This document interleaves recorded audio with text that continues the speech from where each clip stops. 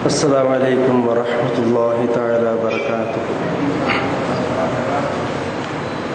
نحمده ونصلي على رسوله الكريم. أما بعد، أعوذ بالله من الشيطان الرجيم.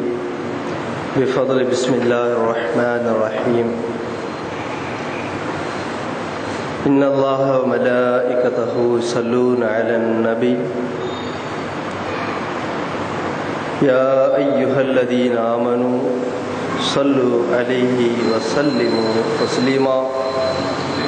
اللهم صل على سيدنا شفينا نبينا مولانا محمد وعلى آل سيدنا شفينا نبينا مولانا محمد وبارك وسلم عليه. صلوا صلاة وصلوا سلاما عليك يا رسول الله.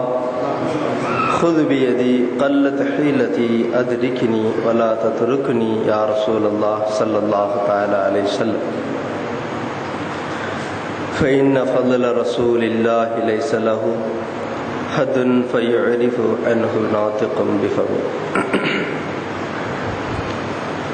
وقال الله تعالى في القرآن الكريم والفرقان المجيد: أعوذ بالله من الشيطان الرجيم.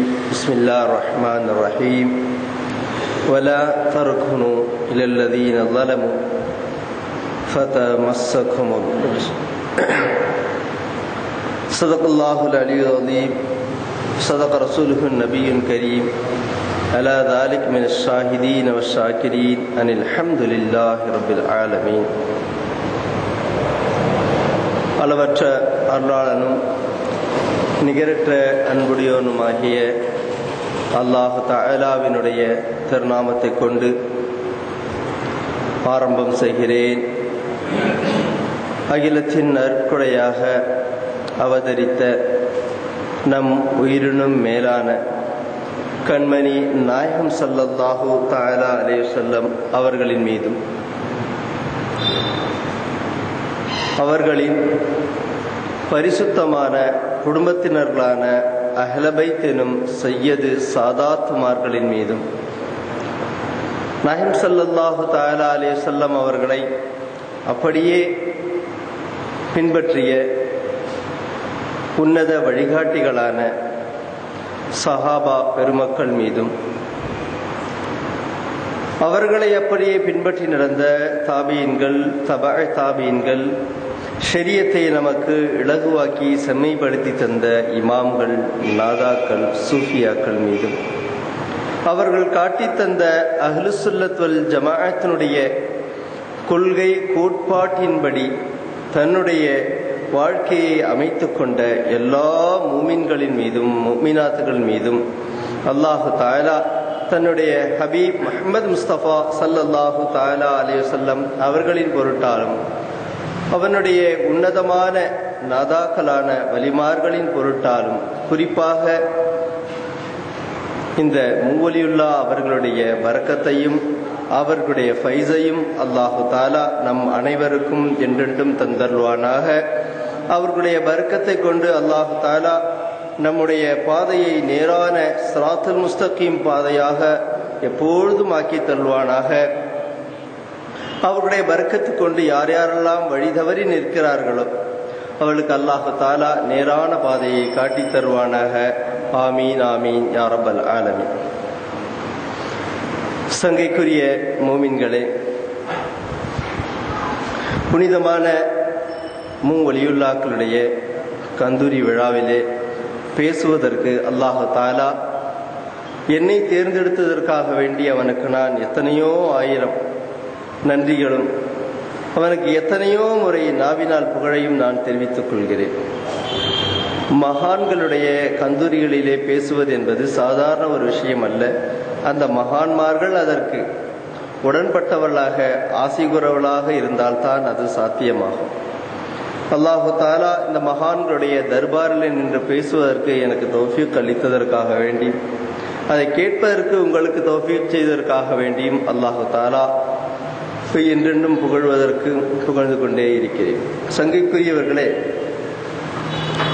இந்த புனிதமான மஜ்லிஸிலே எனக்கு கொடுக்கப்பட்ட தலைப்பு சுன்னத் ஜமாத் போர்வையில் போலி தரிகாக்கள் என்பது.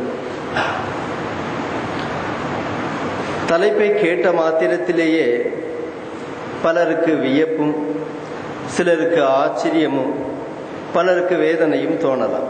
சங்கைக்குரியவர்களே, நம்மை பொறுத்த அளவிற்கு நம்முடைய ஷேகனா காயல்பட்டினத்தின் மேதை, காயல்பட்டினத்தின் மாணிக்கம் அஷாஹு ஷேக் அப்துல் காதிர் ஆலிம் சூஃபி சித்திகி காதிரி காஹிரி கத்தஸல்லாஹு சரஹுல் அசீஸ் அவர்கள் காட்டி தந்த அந்த பாதைதான் உண்மை. எவ்வளவு கசப்பானதாக இருந்தாலும் நாம் அதை சொல்லியே ஆக வேண்டும். அதை கொண்டு நமக்கு பாதகம் இருந்தாலும் உண்மையைத்தான் நாம் பேச வேண்டும். அதுவும் குறிப்பாக ஷரியத்தை பொறுத்த அளவிற்கு எந்தவிதமான ஒரு இடம்பாட்டிற்கும், எந்தவிதமான ஒரு அசம்பாவிதத்திற்கும் இடம் கொடுக்காமல் யதார்த்தத்தையே நாம் பேச வேண்டும். இதுதான் எங்களுடைய ஷேகநாயகம் அவர்கள் நமக்கு கற்றுக் கொடுத்த ஒரு பாடம். அந்த அடிப்படையிலே இந்த நல்லதொரு தலைப்பை எனக்கு நீங்கள் வழங்கி இருக்கின்றீர்கள். அல்லாஹு தாலா இதிலே அடங்கியிருக்கின்ற எல்லா விஷயங்களையும் பேசுவதற்கு அல்லாஹ் எனக்கு தௌஃபீக் செய்ய வேண்டும்.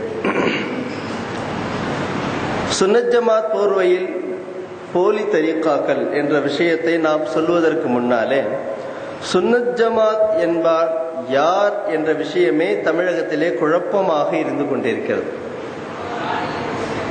சங்கைக்குரியவர்களே, சென்னையை பொறுத்த அளவிற்கு அல்லது தஞ்சையை பொறுத்த அளவிற்கு சுன்னத்து ஜமாத்து என்ற அந்த வார்த்தையை சொல்ல வேண்டும் என்று சொன்னால் அவர்கள் வைத்திருக்கின்ற ஒரு அளவுகோல் என்னவென்று சொன்னால், இமாம்களை பின்பற்றுபவர்கள் சுன்னத்து ஜமாத்து என்ற ஒரு போர்வை, ஒரு அளவுகோல் வைக்கப்பட்டிருக்கிறது.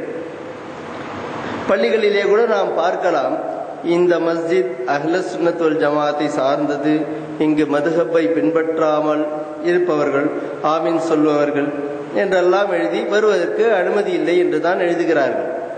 இந்த வார்த்தை இப்ப இமாம்களை ஒப்புக்கொள்பவர்கள் எல்லாம் அஹ்ல சுன்னத் வல் ஜமாஅத் தார் என்ற ஒரு கருத்தை நமக்கு கொடுக்கிறது. இமாம்களை மறுப்பவர்கள் மட்டும்தான் சுன்னத் ஜமாத்திற்கு அப்பாற்பட்டவர்களைப் போலவும், இமாம்களை ஒப்புக்கொண்டவர்கள் சுன்னத் ஜமாத்திற்கு உட்பட்டவர்களை போன்ற ஒரு நிலை தற்காலத்திலே ஏற்படுத்தப்பட்டிருக்கிறது. இது முற்றிலும் தவறான ஒன்று. இப்ப அஹ்ல சுன்னத் வல் ஜமாத் என்று யாருக்கு சொல்லப்படும்?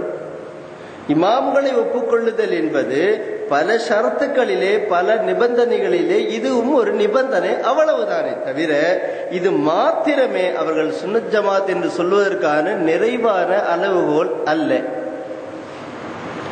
ஃபிக்ஹுல் அக்பர் என்ற கிதாபை எடுத்து பார்த்தாலே உங்களுக்கு யார் அஹ்ல சுன்னத் வல் ஜமாத் என்ற விஷயம் புரிந்து போகும். அல்லாமா முல்லா அலி காரி அவர்கள் அதுக்கு மிக அற்புதமாக ஷரஹ் எழுதியிருக்கிறார்கள். அந்த ஷரஹ் ஃபிக்ஹுல் அக்பரிலே தெளிவாக விஷயங்களை எழுதியிருக்கிறார்கள். ஈமானிலே ஆரம்பித்து சஹாபத்துகளை ஈமான் கொள்ளுகின்ற விஷயம் வரையிலேயும் ஒவ்வொரு விஷயத்திலேயும் ஒரு முஃமினுடைய நிர்ணயம் எனும் விசுவாசம் எப்படி இருக்க வேண்டும் என்று எல்லா விஷயங்களை குறித்தும் ஒரு தெளிவுரை எழுதியிருக்கிறார்கள். இந்த எல்லா விஷயங்களின் மீதும் நிர்ணயம் கொண்டு விசுவாசம் கொள்பவன் தான் அஹ்ல சுன்னத் வல் ஜமாஅத்தை சார்ந்தவன். இது அல்லாமல் மதுஹபை ஏற்றுக்கொள்பவர்கள் மாத்திரம் சுன்னத் ஜமாத்தை சார்ந்தவர்கள் அல்ல. ஏன் இந்த கருத்தை நான் வலியுறுத்தி சொல்ல வேண்டி இருக்கிறது என்று சொன்னால், சுன்னத் ஜமாத்தை ஏற்றுக்கொண்டோம் என்ற போர்வையில்தான் நம்மிடையே ஒரு புதிய ஒரு கூட்டம், தப்லீக் ஜமாத் என்ற ஒரு கூட்டம் தோன்றி அவர்களும் தன்னை சுன்னத்து ஜமாத் என்றே சொல்லிக் கொள்கிறார்கள். இவர்களை வஹாபிகள் என்று சொன்னால் ஒப்புக்கொள்வதற்கு மறுக்கிறார்கள். காரணம், பொது ஜனங்களிடத்திலே இமாம்களை ஒப்புக்கொள்ளாதவர்கள் தான் சுன்னத்து ஜமாத் என்ற ஒரு கருத்து பரவி இருப்பதால் இவர்கள் இதற்காக வேண்டி என்ன செய்கிறார்கள்? மதுஹபுக்காக வேண்டி சண்டையிடுவதும், யாரை அந்த பிஜே போன்ற ஆட்களிடத்திலே மதுஹபிற்காக வேண்டி சண்டையிட்டு நாங்கள் சுன்னத்து ஜமாத்து தான் என்று ஆதாரபூர்வமாக நிரூபிப்பதற்காக வேண்டி பல்வேறு தரப்பட்ட வேலைகள் எல்லாம் செய்து கொண்டிருப்பதை நாம் பார்க்கிறோம். ஆக இமாம்களை ஒப்புக்கொள்ளுதல் தான் சுன்னத்து ஜமாத் என்று வந்துவிட்டால் இவர்களும் சுன்னத்து ஜமாத் என்ற போர்வைக்குள்ளே நுழைந்து விடுவார்கள். இதனால் தான் எல்லா